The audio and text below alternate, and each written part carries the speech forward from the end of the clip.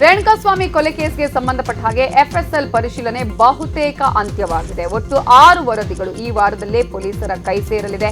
ಶೆಡ್ನಲ್ಲಿನ CCTV retrieve ವರದಿ, ಆರೋಪಿಗಳ finger print ವರದಿ, ಸ್ಕಾರ್ಪಿಯೋದಲ್ಲಿನ ಬೆರಳಚ್ಚು ವರದಿ, ದರ್ಶನ್ ಪವಿತ್ರ ಮನೆಯ ಸಿಸಿಟಿವಿ ವರದಿ, ಸ್ಟೋನಿ ಬ್ರೂಕ್ನ ಸಿಸಿಟಿವಿ ಫುಟೇಜ್ ವರದಿ ಹಾಗೆಯೇ ಆರೋಪಿಗಳ ಮೊಬೈಲ್ ಡಾಟಾ ರಿಪೋರ್ಟ್ ಪೊಲೀಸರ ಕೈ ಸೇರಲಿದೆ.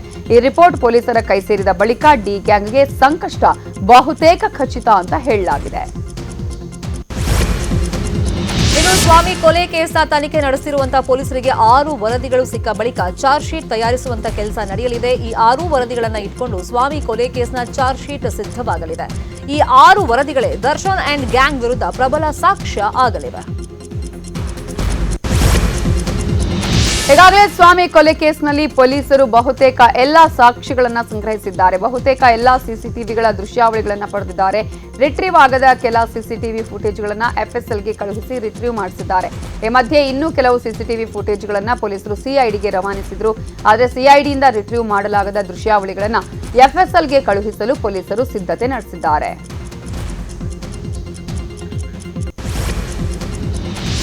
ರಾಮೇಶ್ವರಂ ಕೆಫೆ ಬಾಂಬ್ ಸ್ಫೋಟ ಪ್ರಕರಣಕ್ಕೆ ಸಂಬಂಧಿಸಿದಂತೆ ಇವತ್ತು ಸ್ಥಳ ಮಹಜರು ಮಾಡಲಾಗುತ್ತಿದೆ. ಪ್ರಮುಖ ಆರೋಪಿ ಮುಸಾವಿರ್ನನ್ನ ಕರೆತಂದಿರುವ ಎನ್ಐಎ ಅಧಿಕಾರಿಗಳು ಸ್ಥಳ ಮಹಜರು ಮಾಡುತ್ತಿದ್ದಾರೆ. ಘಟನೆ ನಡೆದು 5 ತಿಂಗಳ ಬಳಿಕ ಆರೋಪಿಯನ್ನ ಕರೆತಂದು ಸ್ಥಳ ಮಹಜರು ಮಾಡಲಾಗುತ್ತಿದೆ. ಡ್ರಗ್ಸ್ ಮಾರಾಟ ಮತ್ತು ಸೇವನೆ ಮಾಡ್ತಾ ಇದ್ದ ಮತ್ತಷ್ಟು ಮಂದಿಯನ್ನ ಹುಬ್ಬಳ್ಳಿ ಧಾರವಾಡ ಪೊಲೀಸರು ಬಲೆಗೆ ಕೆಡವಿದ್ದಾರೆ. ನಿನ್ನೆ ಒಂದೇ ದಿನ ಅವಳಿ ನಗರದ ವ್ಯಾಪ್ತಿಯಲ್ಲಿ ಮತ್ತೆ 45 ಪ್ರಕರಣಗಳು ದಾಖಲು ಮಾಡಿಕೊಂಡಿದ್ದಾರೆ. ಮಾದಕ ವಸ್ತು ಸೇವನೆ ದೃಢಪಟ್ಟವರ ವಿರುದ್ಧ ಪ್ರಕರಣ ದಾಖಲು ಮಾಡಲಾಗಿದೆ. ಆರ್ಎನ್ ಶೆಟ್ಟಿ ಕಲ್ಯಾಣ ಮಂಟಪದಲ್ಲಿ ಪೋಷಕರ ಸಭೆ ಮಾಡಿ ಜಾಗೃತಿಯನ್ನ ಮೂಡಿಸಲಾಗಿದೆ. ಮಲೆನಾಡು ಭಾಗದಲ್ಲಿ ಮಳೆ ಕಡಿಮೆಯಾಗ್ತಾ ಇದೆ. ಈ ಹಿನ್ನೆಲೆಯಲ್ಲಿ ತುಂಗಭದ್ರಾ ನದಿಯ ಹರಿವು ಇಳಿಕೆಯಾಗಿದೆ. ಕೊಪ್ಪಳದ ಮುನಿರಾಬಾದ್ನಲ್ಲಿರುವಂತಹ ತುಂಗಭದ್ರಾ ಜಲಾಶಯಕ್ಕೆ ಒಳಹರಿವು ಕಡಿಮೆಯಾಗಿದೆ. ಜಲಾಶಯಕ್ಕೆ 99,000 ಕ್ಯೂಸೆಕ್ ನೀರಿನ ಒಳಹರಿವು ಇದೆ.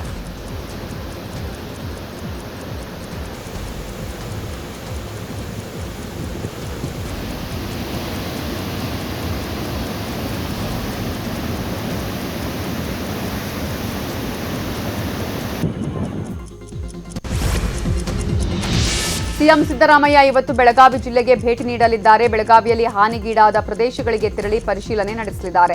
ಮಳೆಯಿಂದ ಬೆಳಗಾವಿಯ 7 ನದಿಗಳು ಭೋರ್ಗರೆಯುತ್ತಿವೆ. ಹಲವೆಡೆ ಮನೆ ಕುಸಿದು ಜನ ಕಾಳಜಿ ಕೇಂದ್ರಗಳಲ್ಲಿ ಆಶ್ರಯ ಪಡೆದಿದ್ದಾರೆ. ಸಂತ್ರಸ್ತರನ್ನ ಭೇಟಿ ಮಾಡಿ ಸಿಎಂ ಸಾಂತ್ವನ ಹೇಳಲಿದ್ದಾರೆ. ಕೇರಳದ ವಯನಾಡಿನಲ್ಲಿ ಭೂಕುಸಿತಕ್ಕೆ ಸಾವು ನೋವುಗಳು ಸಂಭವಿಸುತ್ತಾನೇ ಇವೆ. ಸಂತ್ರಸ್ತರ ನೆರವಿಗೆ ಕರುನಾಡು ಮಿಡಿದಿದೆ. ಮೈಸೂರು ಜಿಲ್ಲಾಡಳಿತ ಸಂತ್ರಸ್ತರಿಗೆ ಸುಮಾರು 30 ಲಕ್ಷ ರೂಪಾಯಿ ಮೌಲ್ಯದ ವಿವಿಧ ಸಾಮಗ್ರಿಗಳನ್ನು ಕೊಟ್ಟಿದೆ. ನಿನ್ನೆ ವಯನಾಡು ಮಿಲಿಟರಿ ಕ್ಯಾಂಪ್ಗೆ ಬಿಸ್ಕಿಟ್, ಅಕ್ಕಿ ಚೀಲ, ಮಾಸ್ಕ್ ಸೇರಿದಂತೆ ಹಲವು ವಸ್ತುಗಳು ಮೈಸೂರು ಜಿಲ್ಲಾಡಳಿತ ಕೊಟ್ಟಿದ್ದು, ಅಷ್ಟು ವಸ್ತುಗಳನ್ನು ಪಡೆದ ವಯನಾಡು ಜಿಲ್ಲಾಧಿಕಾರಿ ಮೇಘಶ್ರೀ ವಿವಿಧ ರಿಲೀಫ್ ಸೆಂಟರ್ಗೆ ಹಂಚಿಕೆ ಮಾಡಿದ್ದಾರೆ.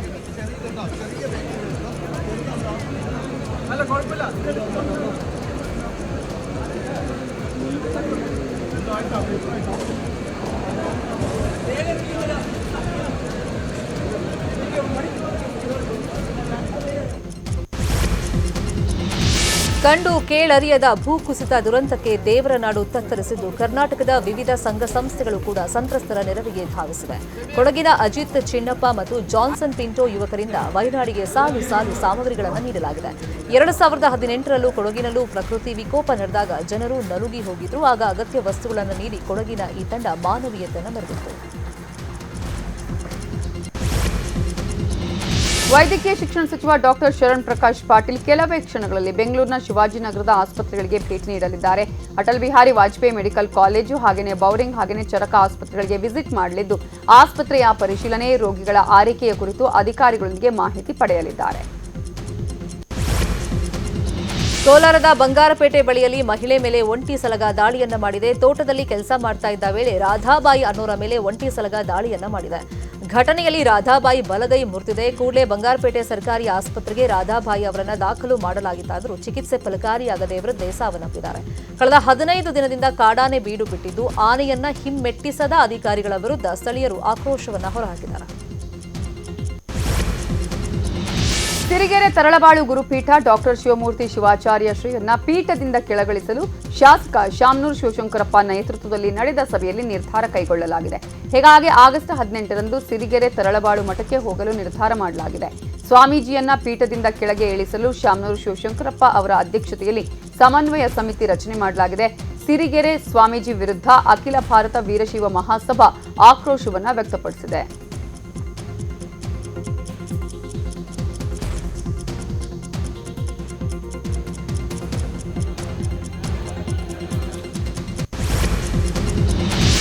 ನಿನ್ನೆ ದಾವಣಗೆರೆಯಲ್ಲಿ ಸಿರಿಗೆರೆ ಮಠಕ್ಕೆ ಉತ್ತರಾಧಿಕಾರಿ ನೇಮಕ ಕುರಿತಂತೆ ಸಭೆಯನ್ನ ನಡೆಸಲಾಗಿತ್ತು. ಇವತ್ತು ಸಿರಿಗೆರೆಯ ತರಳಬಾಳು ಮಠದಲ್ಲಿ ಭಕ್ತರು ಸಭೆಯನ್ನ ನಡೆಸಲಿದ್ದಾರೆ. ಅಪೂರ್ವ ರೆಸಾರ್ಟ್ನಲ್ಲಿ ನಡೆದಂತಹ ಸಭೆ ಕುರಿತು ಚರ್ಚೆ ಮಾಡೋದಕ್ಕೆ ಭಕ್ತರು ಸಭೆಯನ್ನ ಕರೆದಿದ್ದಾರೆ.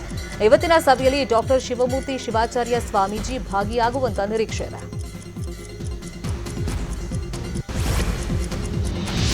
ಆಸ್ತಿ ವಿವಾದ ಹಿನ್ನೆಲೆಯಲ್ಲಿ ಮನೆ ಮುಂಭಾಗ ಇರುವ ಹಳೆ ಕಟ್ಟಡವನ್ನ ರಾತ್ರೋರಾತ್ರಿ ಅನುಮತಿ ಇಲ್ಲದೆ ನೆಲಸಮ ಮಾಡಿರುವ ಘಟನೆ ಕೋಲಾರದ ದಾಸರ್ಲಾ ಹಳ್ಳಿಯಲ್ಲಿ ನಡೆದಿದೆ. ಈಶ್ವರಮ್ಮ ಅನ್ನೋರಿಗೆ ಸೇರಿದ ಹಳೆ ಕಟ್ಟಡವನ್ನ ರಾತ್ರೋರಾತ್ರಿ ಜೆಸಿಬಿ ಬಳಸಿ ನೆಲಸಮ ಮಾಡಲಾಗಿದ್ದು, ಬಳಿಕ ಕಟ್ಟಡದ ಅವಶೇಷಗಳನ್ನ ಗ್ರಾಮದ ಕೆರೆಯ ಅಂಚಿನಲ್ಲಿ ಬಿಸಾಡಲಾಗಿದೆ. ಈ ಬಗ್ಗೆ ಈಶ್ವರಮ್ಮ ಅವರು ದಾಯಾದಿಗಳಾದ ರಾಜಣ್ಣ, ಸುಬ್ಬಾರೆಡ್ಡಿ ಮತ್ತು ಪ್ರಶಾಂತ್ ರೆಡ್ಡಿ ಅನ್ನೋರ ವಿರುದ್ಧ ದೂರು ನೀಡಿದ್ದಾರೆ.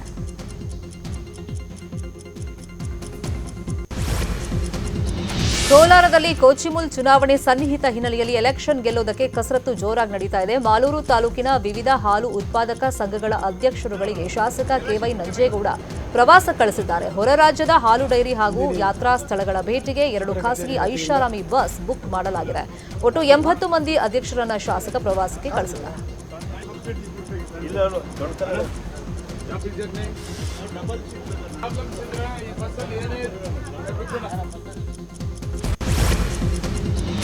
ಕರಾವಳಿಯಲ್ಲಿ ಬಸ್ ಚಾಲಕ ನಿರ್ವಾಹಕರು ಮತ್ತೊಮ್ಮೆ ಮಾನವೀಯತೆಯನ್ನು ಮೆರೆದಿದ್ದಾರೆ. ಬಸ್ನಲ್ಲಿ ಪ್ರಯಾಣ ಮಾಡ್ತಾ ಇದ್ದ ವೇಳೆ ಅಸ್ವಸ್ಥಗೊಂಡ ವಿದ್ಯಾರ್ಥಿಯೊಬ್ಬಳನ್ನ ಸರಿಯಾದ ಸಮಯದಲ್ಲಿ ಆಸ್ಪತ್ರೆಗೆ ತಲುಪಿಸಿ ಪ್ರಶಂಸೆಗೆ ಪಾತ್ರರಾಗಿದ್ದಾರೆ. ಶಿರ್ವಾದಿಂದ ಉಡುಪಿಗೆ ಬರ್ತಾ ಇದ್ದ ಖಾಸಗಿ ಬಸ್ನಲ್ಲಿ ಯುವತಿಯೊಬ್ಬಳು ಅಸ್ವಸ್ಥಳಾಗಿದ್ದು, ಕೂಡಲೇ ಹತ್ತಿರದ ಖಾಸಗಿ ಆಸ್ಪತ್ರೆಗೆ ಬಸ್ ಕೊಂಡೊಯ್ದು ಚಾಲಕ ಹಾಗೂ ನಿರ್ವಾಹಕ ಮಾನವೀಯತೆಯನ್ನು ಮೆರೆದಿದ್ದಾರೆ. ಬಸ್ ಸಿಬ್ಬಂದಿ ಕಾರ್ಯಕ್ಕೆ ವ್ಯಾಪಕ ಮೆಚ್ಚುಗೆ ವ್ಯಕ್ತವಾಗ್ತಾ ಇದೆ. ಬೆಂಗಳೂರಿನಿಂದ ಕಲ್ಯಾಣ ಕರ್ನಾಟಕಕ್ಕೆ ಸಂಪರ್ಕಿಸುವ ವಂದೇ ಭಾರತ್ ಎಕ್ಸ್ಪ್ರೆಸ್ ರೈಲಿಗೆ ಯಾದಗಿರಿಯಲ್ಲಿ ನಿಲುಗಡೆಗಾಗಿ ಆಗ್ರಹಿಸಿ ಮನವಿ ಸಲ್ಲಿಸಲಾಗಿತ್ತು. ಸದ್ಯ ಯಾದಗಿರಿಯಲ್ಲಿ ವಂದೇ ಭಾರತ್ ಎಕ್ಸ್ಪ್ರೆಸ್ ರೈಲಿಗೆ ನಿಲುಗಡೆಯನ್ನ ಅಧಿಕೃತಗೊಳಿಸಿ ನೈಋತ್ಯ ರೈಲ್ವೆ ಮಾಹಿತಿ ಕೊಟ್ಟಿದೆ. ವಾರದಲ್ಲಿ 6 ದಿನ ವಂದೇ ಭಾರತ್ ರೈಲು ಬೆಂಗಳೂರಿನಿಂದ ಕಲಬುರಗಿಗೆ ಸಂಚರಿಸ್ತಾ ಇದೆ. ಮುಡಾ ಹಗರಣದಲ್ಲಿ ಸಿಎಂ ರಾಜೀನಾಮೆಗೆ ಒತ್ತಾಯಿಸಿ ಮೈತ್ರಿ ನಾಯಕರು ನಡೆಸುತ್ತಿರುವಂತಹ ಮೈಸೂರು ಚಲೋ 3ನೇ ದಿನಕ್ಕೆ ಕಾಲಿಟ್ಟಿದೆ. ಇವತ್ತು ಕೆಂಗಲ್ನಿಂದ ಮಂಡ್ಯದ ನಿಡಘಟ್ಟದವರೆಗೆ ಬಿಜೆಪಿ ಜೆಡಿಎಸ್ ನಾಯಕರು ಪಾದಯಾತ್ರೆಯನ್ನ ಮಾಡಲಿದ್ದಾರೆ. ಪಾದಯಾತ್ರೆಯಲ್ಲಿ ಸಿಪಿ ಯೋಗೇಶ್ವರನ್ನ ಕಡೆಗಣಿಸಿದ್ದಾರೆ ಅನ್ನೋ ಆರೋಪ ಕೇಳಿಬಂದಿದ್ದು, ಈ ಬಗ್ಗೆ ಯೋಗೇಶ್ವರ್ ಬೆಂಬಲಿಗರು ಅಸಮಾಧಾನ ವ್ಯಕ್ತಪಡಿಸಿದ್ದಾರೆ ಎನ್ನಲಾಗಿದೆ. ಬಿಸಿ ದೆಹಲಿ ಕಾಂಗ್ರೆಸ್ ನಾಯಕರಿಗೆ ತಲುಪಿದೆ. ಹೀಗಾಗಿ ದಿಢೀರ್ ಬೆಂಗಳೂರಿಗೆ ಬಂದ ಕೇಂದ್ರ ನಾಯಕರಾದ ಕೆಸಿ ವೇಣುಗೋಪಾಲ್ ಹಾಗೂ ಸುರ್ಜೇವಾಲಾ ಸಿಎಂ ನಿವಾಸ ಕಾವೇರಿಯಲ್ಲಿ ಸಭೆ ನಡೆಸಿದ್ರು. ಮೂಡಾ ಕೇಸಲ್ಲಿ ಸಿಎಂ ಬೆನ್ನಿಗೆ ಎಲ್ಲರೂ ಒಟ್ಟಾಗಿ ನಿಲ್ಲುವಂತೆ ಸಚಿವರಿಗೆ ಸಂದೇಶವನ್ನ ನೀಡಿದ್ದಾರೆ. ಜೊತೆಗೆ ವಾಲ್ಮೀಕಿ ಪ್ರಕರಣದಲ್ಲಾಗ್ಲಿ ಮೂಡಾ ಪ್ರಕರಣದಲ್ಲಾಗ್ಲಿ ಸಿಎಂ ಲೋಪ ಇಲ್ಲ. ಹೀಗಿದ್ದು ರಾಜ್ಯದ ಜನತೆಗೆ ಸರಿಯಾಗಿ ಅರ್ಥ ಮಾಡಿಸುವಲ್ಲಿ ಸೋತಿದ್ದೀರಿ ಎಂದು ಸಚಿವರ ಮೇಲೆ ಕೆಸಿ ವೇಣುಗೋಪಾಲ್ ಗರಂ ಆಗಿದ್ದಾರೆ. ಕೆಲಸ ಮಾಡದ ಸಚಿವರಿಗೆ ಕಾಂಗ್ರೆಸ್ ಹೈಕಮಾಂಡ್ ನಾಯಕರು ಬಿಸಿಯನ್ನ ಮುಟ್ಟಿಸಿದ್ದಾರೆ. 2 ತಿಂಗಳಲ್ಲಿ ತಮ್ಮ ವರ್ತನೆ ಸರಿಪಡಿಸಿಕೊಳ್ಳದೆ ಇದ್ರೆ ಸಚಿವ ಸ್ಥಾನಕ್ಕೆ ಕುತ್ತು ಬರುತ್ತೆ ಅನ್ನೋ ಸಂದೇಶ ಕೂಡ ರವಾನೆ ಮಾಡಿದ್ದಾರೆ.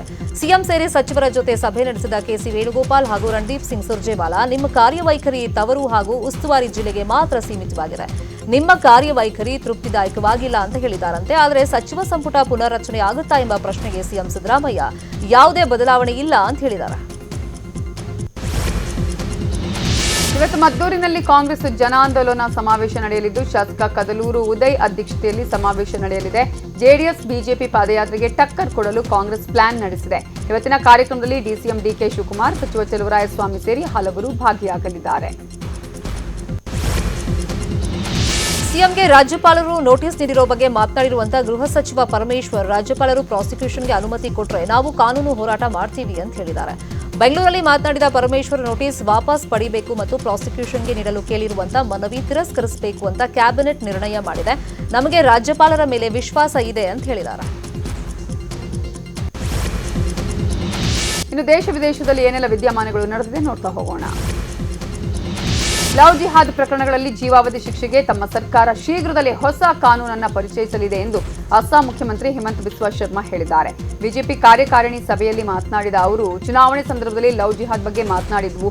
ಅಂತಹ ಪ್ರಕರಣಗಳಲ್ಲಿ ಜೀವಾವಧಿ ಶಿಕ್ಷೆ ವಿಧಿಸುವ ಕಾನೂನನ್ನು ಶೀಘ್ರದಲ್ಲಿಯೇ ತರ್ತೇವೆ ಅಂತ ಹೇಳಿದ್ದಾರೆ. ಭಾರತದ ಕ್ರೀಡಾಪಟುಗಳು ಪ್ಯಾರಿಸ್ ಒಲಿಂಪಿಕ್ಸ್ನಲ್ಲಿ ಪದಕ ಬೇಟೆಗೆ ಇಳಿದಿದ್ದಾರೆ. ಹಾಕಿ ತಂಡ ಕೂಡ ಅತ್ಯುತ್ತಮ ಪ್ರದರ್ಶನ ನೀಡ್ತಾ ಇದ್ದು, ನಿನ್ನೆ ನಡೆದಂತಹ ಕ್ವಾರ್ಟರ್ ಫೈನಲ್ ಪಂದ್ಯದಲ್ಲಿ ಬ್ರಿಟನ್ ತಂಡವನ್ನ ಮಣಿಸುವ ಮೂಲಕ ಸೆಮಿಫೈನಲ್ಗೆ ಲಗ್ಗೇರಿದೆ.